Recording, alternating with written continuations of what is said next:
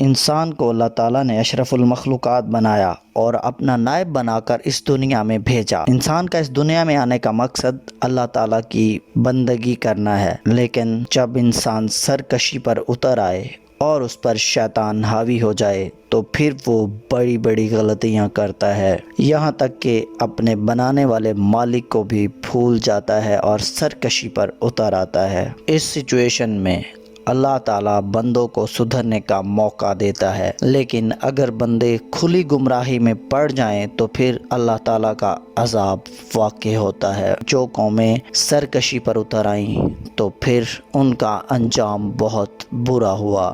دوستو، اس ویڈیو میں ہم دیکھیں گے کہ کن کن انبیاء کی کون کون سی قوموں پر اللہ تعالیٰ کے کون کون سے عذاب نازل ہوئے۔ دوستو، انسان کی اصلاح کے لیے اللہ تعالیٰ نے دنیا میں وقتاً فوقتاً بہت سارے انبیاء کرام علیہ السلام مبعوث فرمائے، جنہوں نے بگڑی ہوئی قوموں کو تبلیغ کی، لیکن جو لوگ ان کی تبلیغ کو جھٹلاتے رہے اور ان کی بات نہ مانی اور اللہ تعالیٰ کے سامنے کھلی سرکشی پر اتر آئے تو ان پر اللہ تعالیٰ نے اپنے عذاب نازل کیے۔ قوم نمرود، یہ حضرت ابراہیم علیہ السلام کے دور کا واقعہ ہے۔ جب حضرت ابراہیم علیہ السلام نے تبلیغ کا کام شروع کیا تو لوگ سورج، چاند، آگ اور بتوں کی پوجا میں ڈوبے ہوئے تھے، لیکن حضرت ابراہیم علیہ السلام نے آ کر اپنی قوم کو سمجھایا کہ اللہ تعالیٰ وہ ہے جو ان سب چیزوں کو بنانے والا ہے اور یہ سب چیزیں کسی نفع نقصان کی مالک نہیں ہیں۔ اس دور کے بادشاہ نمرود نے خدائی کا دعویٰ کر رکھا تھا، لوگ اس کے سامنے جھکتے اور وہ اپنے آپ کو خدا منواتا، لیکن حضرت ابراہیم علیہ السلام نے اسے خدا ماننے سے انکار کر دیا، جس کے نتیجے میں مشہور واقعہ حضرت ابراہیم علیہ السلام کو آگ میں ڈالا گیا، لیکن آگ حضرت ابراہیم علیہ السلام کا کچھ نہ بگاڑ سکی اور اللہ کے حکم سے گلزار بن گئی۔ حضرت ابراہیم علیہ السلام کو بہت طریقوں سے تنگ کیا گیا اور ایک دن نمرود اپنی فوج کا لشکر لے کر نکلا اور کہنے لگا کہ ابراہیم کا خدا آئے اور ہم سے لڑے، لیکن اللہ تعالیٰ کی قدرت کہ اللہ تعالیٰ نے مچھروں کی فوج بھیجی۔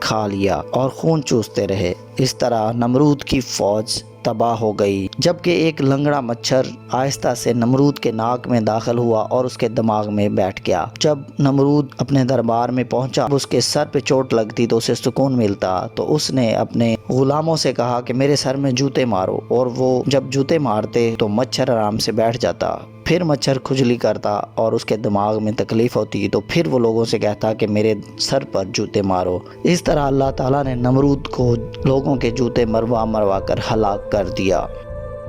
حضرت داؤد علیہ السلام کی قوم مچھلیوں کا شکار کرتی تھی۔ اللہ تعالیٰ نے ان کے لیے عبادت کا ایک دن وقف کیا کہ ہفتے میں ایک دن تم لوگ مچھلیاں نہ پکڑو اور اس دن صرف اللہ تعالیٰ کی عبادت کرو، لیکن وہ لوگ اس دن بھی باز نہ آئے۔ اس دن وہ مچھلیاں پکڑنے کے لیے جال سمندر میں پھینک دیتے اور وہ دن گزرنے کے بعد اگلے دن نکال لیتے تو اس میں زیادہ مچھلیاں ہوتی، یا کچھ لوگ ایسا کرتے کہ عبادت کے دن سے ایک شام پہلے بڑی بڑی نالیاں بنا کر گڑھے کھود دیتے جن میں مچھلیاں آ کر جمع ہوتی رہتی اور وہ عبادت والا دن گزار کر اگلے دن جا کر پکڑ لیتے۔ اللہ تعالیٰ نے انہیں بار بار واعظ و نصیحت کے لیے حضرت داؤد علیہ السلام کو کہا، لیکن وہ لوگ باز نہ آئے۔ اس قوم کے 3 گروہ بن گئے، ایک وہ لوگ جو مچھلیاں پکڑنے سے باز نہ آتے تھے، اور دوسرا وہ گروہ جو انہیں بار بار روکتا اور خود بھی اللہ تعالیٰ کی عبادت کرتا، اور ایک تیسرا گروہ وہ تھا جو صرف اللہ تعالیٰ کی عبادت میں مشغول رہتے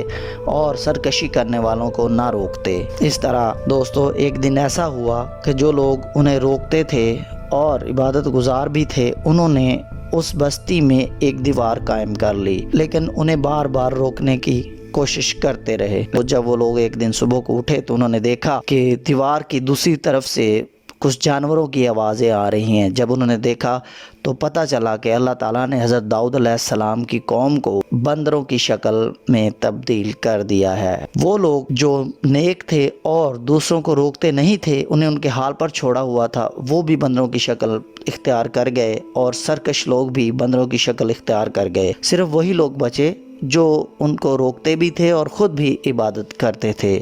تو اس طرح سے ان کی شکلیں اللہ تعالیٰ نے بدل دیں اور وہ اس عذاب کا شکار ہو گئے۔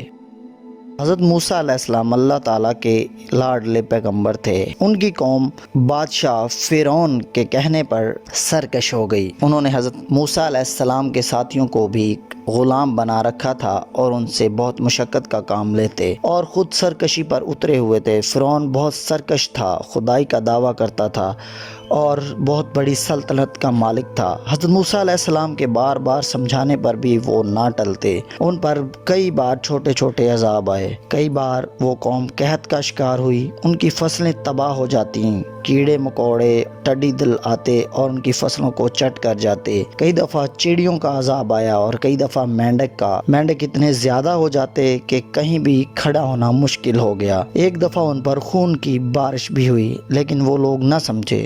جب ان پر عذاب آتا تو وہ حضرت موسیٰ علیہ السلام سے کہتے کہ دعا کریں کہ عذاب ٹل جائے، لیکن جب عذاب ٹل جاتا تو وہ پھر سرکشی پر اتر آتے۔ دوستو، وہ لشکر لے کر حضرت موسیٰ علیہ السلام کے پیچھے دوڑے اور آگے سمندر میں جاتے ہوئے موسیٰ علیہ السلام نے اللہ کے حکم سے عصا مارا تو اللہ تعالیٰ نے پانی میں سے راستہ بنا دیا جہاں سے حضرت موسیٰ علیہ السلام کا لشکر گزر گیا، لیکن فرعون کا لشکر اسی پانی میں غرق ہو گیا۔ حضرت لوط علیہ السلام بھی اللہ تعالیٰ کے برگزیدہ بندے تھے۔ ان کی قوم فحاشی، عریانی، بدکاری اور ہم جنس پرستی پر اتری ہوئی تھی، یہاں تک کہ قوم لوط میں آپ علیہ السلام کی بیوی بھی ان کی ساتھی تھی۔ جب حضرت لوط علیہ السلام انہیں تبلیغ کرتے تو وہ حضرت لوط علیہ السلام کو بہت تکالیف دیتے، یہاں تک کہ انہیں بستی سے نکال دیا۔ ایک دن اللہ تعالیٰ کے فرشتے انسانی شکل میں آپ کے مہمان بن کر آئے۔ قوم ان خوبصورت مہمانوں کے پیچھے پڑ گئی اور حضرت لوط علیہ السلام کو تنگ کرنے لگے۔ حضرت لوط علیہ السلام نے اپنے مہمانوں کو بچانے کے لیے اپنی بیٹیوں کا رشتہ دینے کے لیے رضامندی بھی ظاہر کی، لیکن وہ لوگ باز نہ آئے۔ ساری قوم اکٹھی ہو کر آپ علیہ السلام کے گھر پر دعویٰ بولنے آ گئی، لیکن آپ علیہ السلام نے بہت مشکل سے انہیں روکنے کی کوشش کی۔ پھر اللہ تعالیٰ نے فرمایا کہ آپ اپنے اہل و عیال کے ساتھ اس بستی سے نکل جائیں اور پیچھے مڑ کر نہ دیکھیں۔ تو لوط علیہ السلام اور ان کی بیٹیاں وہ بستی چھوڑ کر رات باہر نکل گئے۔ جبرائیل علیہ السلام نے اپنے پر سے اس بستی کو نیچے سے زمین سمیت اکھیڑا اور اوپر لے گئے۔ اوپر لے جا کر ایک ایسی چیخ ماری کہ وہ سب مر گئے، اور پھر حضرت جبرائیل علیہ السلام نے وہ بستی بالکل الٹ کر اسی جگہ پر پھینک دی اور وہ اسی میں ہی دفن ہو کر فنا ہو گئے۔ قوم سبا ایک ترقی یافتہ قوم تھی۔ یہ قوم بہت ہی منظم آبی نظام کی مالک تھی۔ انہوں نے اس دور میں ڈیم بنا رکھے تھے اور 300 مربع میل تک کھیتیاں ہی کھیتیاں پھیلی ہوئی تھی۔ یہ بہت خوشحال لوگ تھے۔ ان کی طرف 13 انبیاء کرام آئے، لیکن انہوں نے ان سب کو جھٹلایا اور اللہ تعالیٰ کی تبلیغ پر غور نہ کی۔ تو اللہ تعالیٰ نے ایک زوردار بارش برسائی جس سے ان کے ڈیم، بند اور نہریں سب ٹوٹ گئے اور فنا ہو گئے، اور اس کے ساتھ ساتھ ان کی فصلیں بھی اجڑ گئیں اور ساری زمین بنجر ہو گئی، جس سے ان کا کاروبار اور ان کی ساری ترقی تباہ ہو کر رہ گئی۔ دوستو، سرکش لوگوں کے ساتھ ایسا بھی ہوتا ہے۔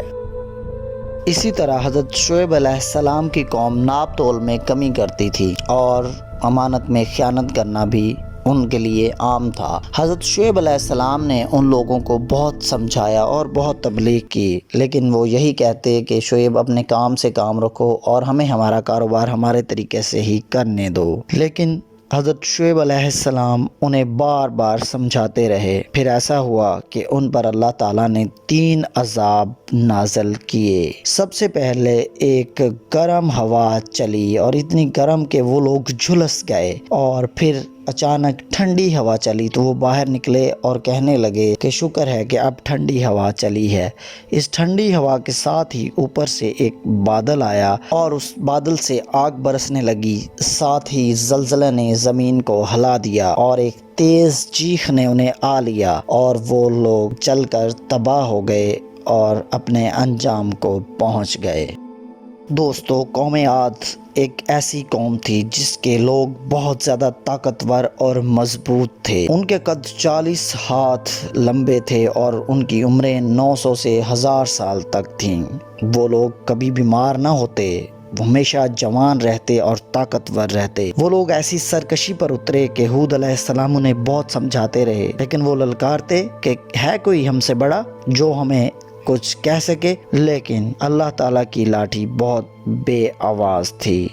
وہ لوگ اتنی سرکشی پر اترے کہ وہ انبیاء کرام کو بالکل چھٹلانے لگے اور ہود علیہ السلام انہیں سمجھاتے سمجھاتے تھک گئے۔ پھر انہیں قحط نے آ لیا، ان کی فصلیں تباہ ہو گئیں، وہ جانوروں کو کھاتے رہے، پھر حرام جانور کھانے لگے، درخت کھا گئے لیکن ان کی بھوک نہ مٹی۔ پھر ایسا ہوا کہ وہ دوڑے دوڑے آئے اور انہیں 3 بادل دکھائے گئے، ایک سفید، ایک سرخ اور ایک کالا بادل، اور ان سے کہا گیا کہ ایک بادل کا انتخاب کر لو۔ تو دوستو انہوں نے کالے بادل کا انتخاب کیا۔ جب کالا بادل آیا تو اس کے ساتھ تیز ہوا آئی، اس تیز ہوا نے انہیں آ لیا، اس ہوا نے انہیں اوپر فضا میں اڑا دیا اور کچھ غاروں میں چھپے ہوئے لوگوں کو بھی ہوا نکال نکال کر اوپر اڑا کے لے جاتی اور ان کی کھوپڑیاں آپس میں ٹکراتی، یہاں تک کہ ان کے بھیجے باہر آ جاتے، اور یوں وہ آپس میں ہوا کے زور سے ٹکرا ٹکرا کر قوم تباہ ہو گئی۔ اسی طرح قوم سمود بھی بہت طاقتور لوگوں کی قوم تھی۔ ان لوگوں نے پہاڑوں کو کاٹ کاٹ کر اندر گھر بنائے ہوئے تھے۔ یہ لوگ حضرت صالح علیہ السلام کے امتی تھے۔ ایک دن یہ حضرت صالح علیہ السلام کو کہنے لگے کہ ایسا کرو کہ اس پہاڑ سے کہو کہ یہاں سے ایک اونٹنی نکلے اور آ کر وہ بچہ دے۔ تو انہیں سمجھانے کے لیے، اللہ تعالیٰ کی نشانی دکھانے کے لیے جب آپ علیہ السلام نے دعا کی تو اس پہاڑ سے ایک اونٹنی نکلی جس نے ایک بچہ جنا۔ وہ سارا دن کھیتوں میں چرتی پھرتی رہتی اور قوم کو دودھ بھی دیتی۔ حضرت صالح علیہ السلام نے کہا کہ پانی کے تالاب سے ایک دن تم لوگ پانی لو اور ایک دن یہ اونٹنی پانی پیے گی، لیکن ان لوگوں کو یہ گوارا نہ ہوا۔ ان لوگوں نے اس اونٹنی کے چاروں پاؤں کاٹے اور پھر گردن کاٹ کر اسے ہلاک کر دیا۔ اس کے بعد اللہ تعالیٰ کا عذاب واقع ہوا۔ ان پر اللہ تعالیٰ نے چیخ کا عذاب بھیجا۔ فرشتے نے ایک چیخ ماری، وہ چیخ اتنی زوردار تھی کہ ان کے دل پھٹ گئے، ان کے چہرے کالے ہو گئے اور یہ اوندھے منہ گر کر مر گئے۔ ان کی طاقت ان کے کسی کام نہ آئی۔ دوستو امید ہے آپ کو ہماری آج کی ویڈیو پسند آئی ہوگی۔ چینل کو سبسکرائب کر کے ویڈیو کو لائک کرنا مت بھولیے اور کمنٹس میں اپنی رائے ضرور دیجیے۔ بہت شکریہ۔